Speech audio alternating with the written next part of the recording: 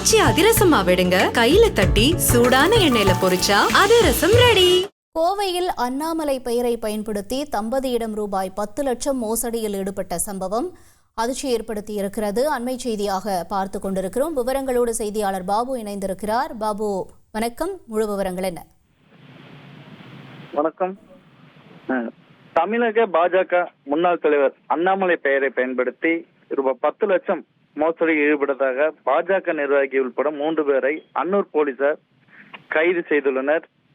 இதனிடையே கோவை மாவட்டம் அன்னூர் அருகே உள்ள குமாரபாளையம் பகுதியை சேர்ந்தவர் நாகராஜ் மற்றும் நாகமணி தம்பதியினரின் மூத்த மகன் திருமூர்த்தி. இவர் கடந்த 2003ஆம் ஆண்டு அன்னூர் பகுதியில் இருசக்கர வாகனத்தில் சென்று கொண்டிருந்த பொழுது எதிரே வந்த லாரி மோதி உயிரிழந்துள்ளார். இது குறித்து இவருக்கு ஸ்டார் ஹெல்த் நிறுவனத்தில் இன்சூரன்ஸ் போட்டிருந்த நிலையில் ரூபாய் 50 லட்சம் ரூபாய் அந்த நிறுவனம் இவருக்கு கடந்த மே மாதம் வழங்கியுள்ளது. இதனிடையே இந்த வழக்கு தொடர்பாக இவருக்கு உதவி திருமூர்த்தியின் குடும்பத்திற்கு உதவி செய்வதாக அறிமுகமாகி கோகுலக்கண்ணன், ராஜராஜசாமி, ராசுகுட்டி ஆகிய 3 பேர் அவர்களுக்கு உதவி செய்வதாக கூறியுள்ளனர். பின்னர் வழக்கு முடிந்து இன்சூரன்ஸ் பணமாக ரூபாய் 50 லட்சம் பெறப்பட்ட நிலையில் அதில் ரூபாய் 10 லட்சம் பணத்தை முதிய தம்பதியினரிடமிருந்து கமிஷன் அடிப்படையில் மேற்கண்ட இவர்கள் 3 பெற்றுள்ளனர்.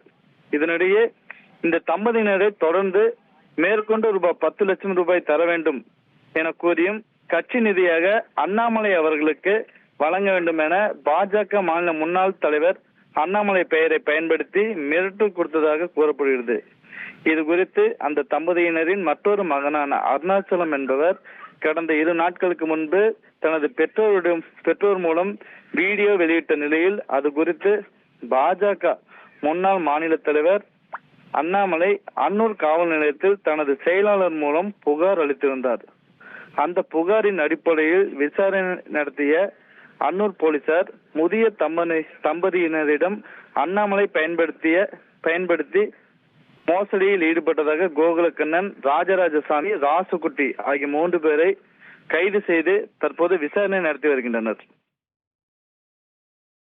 விவரங்களுக்கு நன்றி பாபு.